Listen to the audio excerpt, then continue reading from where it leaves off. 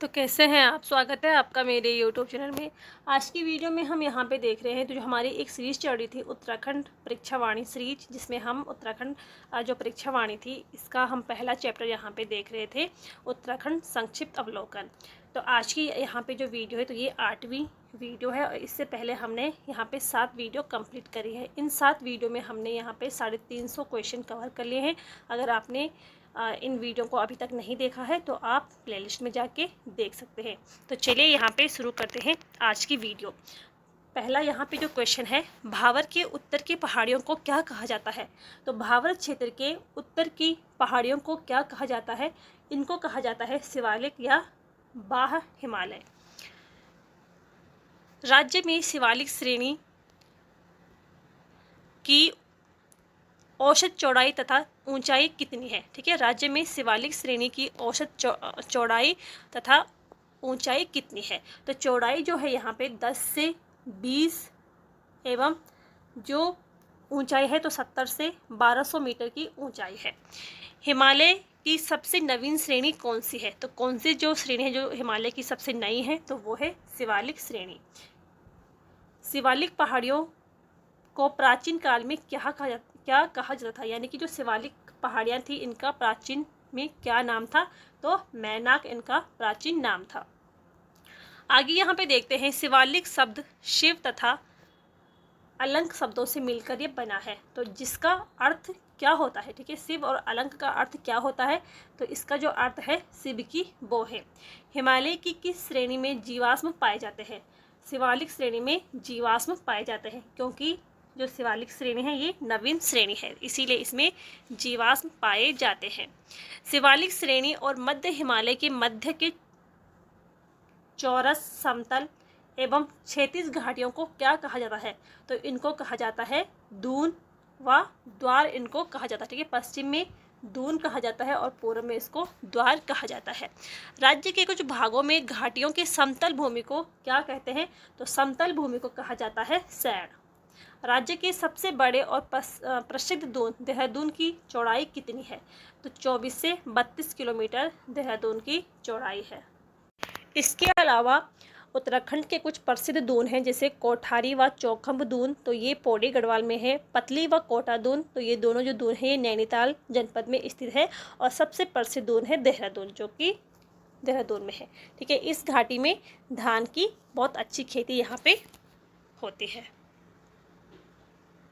जो यहाँ पे शिवालिक क्षेत्र है, ठीक है, शिवालिक जो क्षेत्र है तो इसका जो फैलाव है तो ये फैलाव 7 जिलों में है। और शिवालिक क्षेत्र में गर्म व आर्द्र जलवायु यहाँ पे पाई जाती है। राज्य में मध्य हिमालय कितना चौड़ा और ऊंचा है। तो 70 से 100 किलोमीटर ये चौड़ा है व 1200 से 4500 मीटर ये इसकी ऊंचाई है। पहाड़ों की रानी मसूरी किस श्रेणी में स्थित है। तो पहाड़ों की रानी इसको कहा जाता है, मसूरी को कहा जाता है, और ये मध्य हिमालय में स्थित है। अगर यहाँ पे पूछा जाए पहाड़ों का राजा तो चक्राता कहलाता है। कुमाऊं के अधिकांश ताल किस पर्वत श्रेणी के दक्षिणी ढाल पर स्थित है। तो मध्य हिमालय में स्थित है कुमाऊं के अधिकांश ताल। प्राचीन ग्रंथों में बृहद हिमालय को क्या कहा गया है। तो बृहद हिमालय को कहा गया है प्राचीन ग्रंथों में हिमाद्री, यानी कि बर्फ का घर।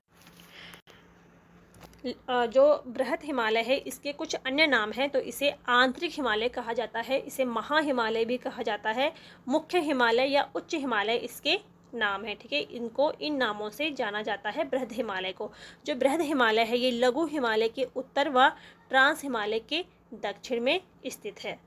और बृहद हिमालय व मध्य हिमालय के मध्य एक रेखा है जिसको मेन सेंट्रल थ्रस्ट कहा जाता है, यानी कि केंद्रीय भ्रंश रेखा इसको कहा जाता है। तो केंद्रीय भ्रंश रेखा किसके मध्य है। तो ये बृहद हिमालय व मध्य हिमालय की मध्य रेखा है। शीतोष्ण कटिबंधीय सदाबहार प्रकार के कोणधारी वन किस श्रेणी में पाए जाते हैं। तो ये मध्य हिमालय में पाए जाते हैं। मध्य हिमालय के अंतर्गत चमोली, पौड़ी और अल्मोड़ा जिलों में फैले दूताधौली श्रृंखला को क्या कहा जाता है। तो इसे उत्तराखंड का पामीर कहा जाता है।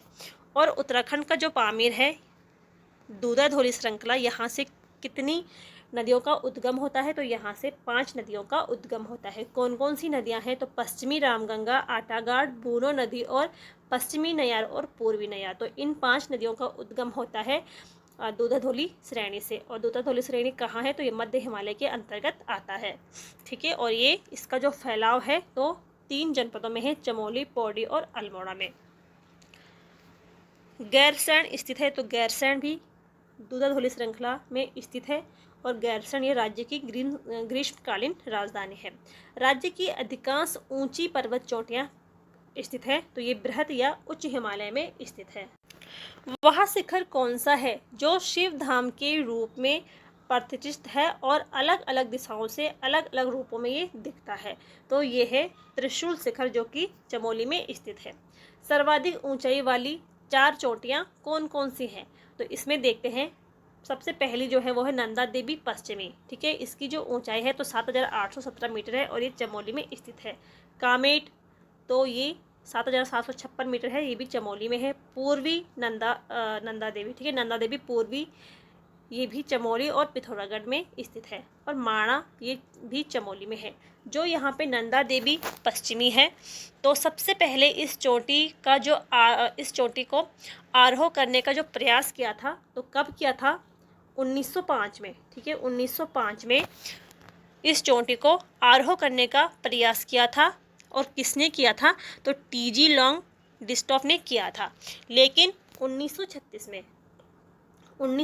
में इसका सफल आरोहण किया गया और वो किया गया था पहली बार टिलमैन ओडेल ने इसका सफल आरोहण किया है। आगे यहाँ पे देखते हैं, राज्य में सर्वाधिक ऊंचाई वाली अधिकांश चोटियाँ कहाँ हैं? तो वो है चमोली जनपद में। फूलों की घाटी स्थित है? तो ये बृहद हिमालय क्षेत्र में स्थित है। और बृहद हिमालय क्षेत्र के मूल निवासी कहलाते हैं, ठीक है। जो बृहद हिमालय के मूल निवासी है उनको भोटिया कहा जाता है। और अगर कुमाऊं की सर्वाधिक जनजाति पूछा जाए तो वो है थारू जनजाति, गढ़वाल की जौनसारी जनजाति, ठीक है। और अगर बृहद हिमालय की पूछी जाए सर्वाधिक तो वो है भोटिया जनजाति। कुमाऊं और उत्तराखंड की सर्वाधिक जो जनजाति है तो वो है थारू जनजाति। उच्च हिमालय क्षेत्र के विशाल हिमनद किस युग के हैं? तो ये हैं प्लाइस्टोसीन युग के हैं। आगे यहाँ पे देखते हैं, ग्रीष्म ऋतु को उत्तराखंड में क्या कहते हैं? तो ग्रीष्म ऋतु को रोड़ी या खरसो कहा जाता है। वर्षा ऋतु को चौमासा कहा जाता है और शीत ऋतु को ह्यूंद या इसको शूंद भी कहा जाता है।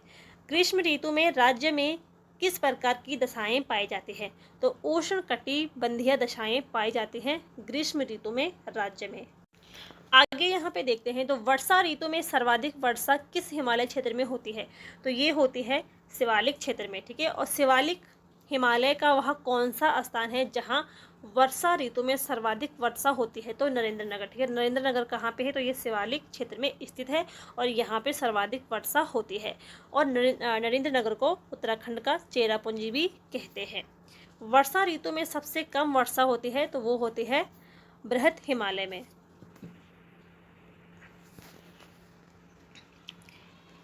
राज्य में औसत वार्षिक वर्षा होती है तो 1500 से लेके 200 सेंटीमीटर तक की इसके बीच में वर्षा होती है। राज्य में दक्षिण से उत्तर बढ़ने पर वर्षा की मात्रा में क्या प्रभाव पड़ेगा? तो राज्य में दक्षिण से उत्तर की ओर बढ़ने पे वर्षा घटती है। सर्वाधिक तापमान वाला क्षेत्र कौन सा है? तो वो है शिवालिक से तराई तक का जो क्षेत्र है ये सर्वाधिक तापमान वाला क्षेत्र है। और राज्य में अधिकतम तापमान किस स्थान का दर्ज किया गया है? तो ये है पंतनगर। सबसे कम तापमान वाला क्षेत्र कौन सा है? तो वो है बृहद हिमालय। और राज्य का सबसे ठंडा महीना कौन सा है? तो जनवरी का, ठीक है। ये क्वेश्चन बनता है कि राज्य का सबसे ठंडा महीना कौन सा है? तो वो है जनवरी का। और अगर सबसे गर्म महीना आए तो वो है जून का महीना। दिसंबर जनवरी में विंटर लाइन नामक प्राकृतिक घटना भारत में कहाँ होती है? तो ये होती है मसूरी में, ठीक है, उत्तराखंड के मसूरी में होती है विंटर लाइन नामक प्राकृतिक घटना। और मसूरी के अलावा विंटर लाइन नामक प्राकृतिक घटना कहाँ होती है? तो उत्तराखंड के मसूरी में होती है। इसके अलावा ये स्विट्जरलैंड में होती है।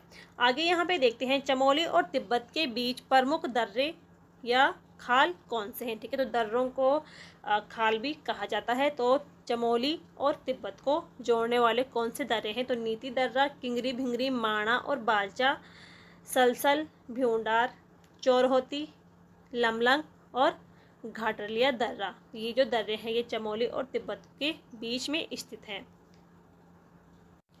इसी प्रकार पिथौरागढ़ और तिब्बत के बीच के दर्रे कौन कौन से हैं? तो लिपुलेख दर्रा, गूंजी, दारमा, नवी धुर्रा, मंस्य, लंपिया या इसको लिम्पिया भी कहा जाता है, ऊंटा, जयंती और लेवी दर्रा। ठीक है, ये पिथौरागढ़ और तिब्बत के बीच स्थित हैं।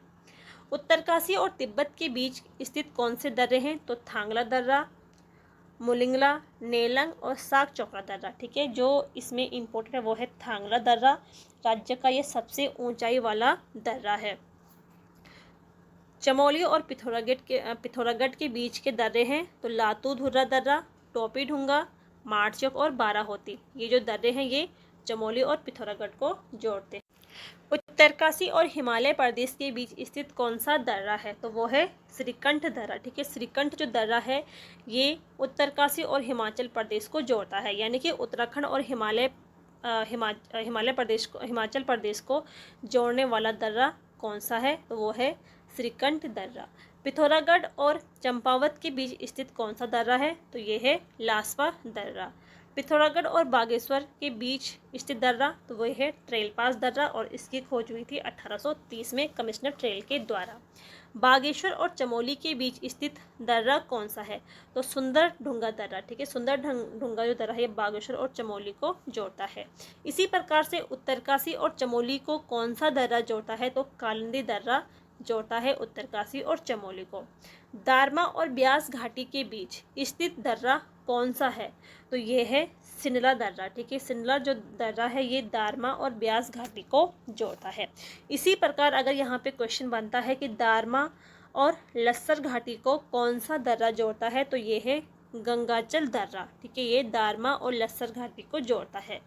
थांगला जो दर्रा है ये उत्तराखंड का सबसे ऊंचा दर्रा है और जो सिनला दर्रा है, ठीक है, जो सिनला दर्रा है ये उत्तराखंड का दूसरा सबसे बड़ा दर्रा है।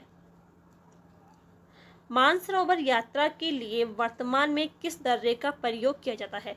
तो लिपुलेख दर्रा। ठीक है, लिपुलेख दर्रे से होकर ही मानसरोवर यात्रा की जाती है।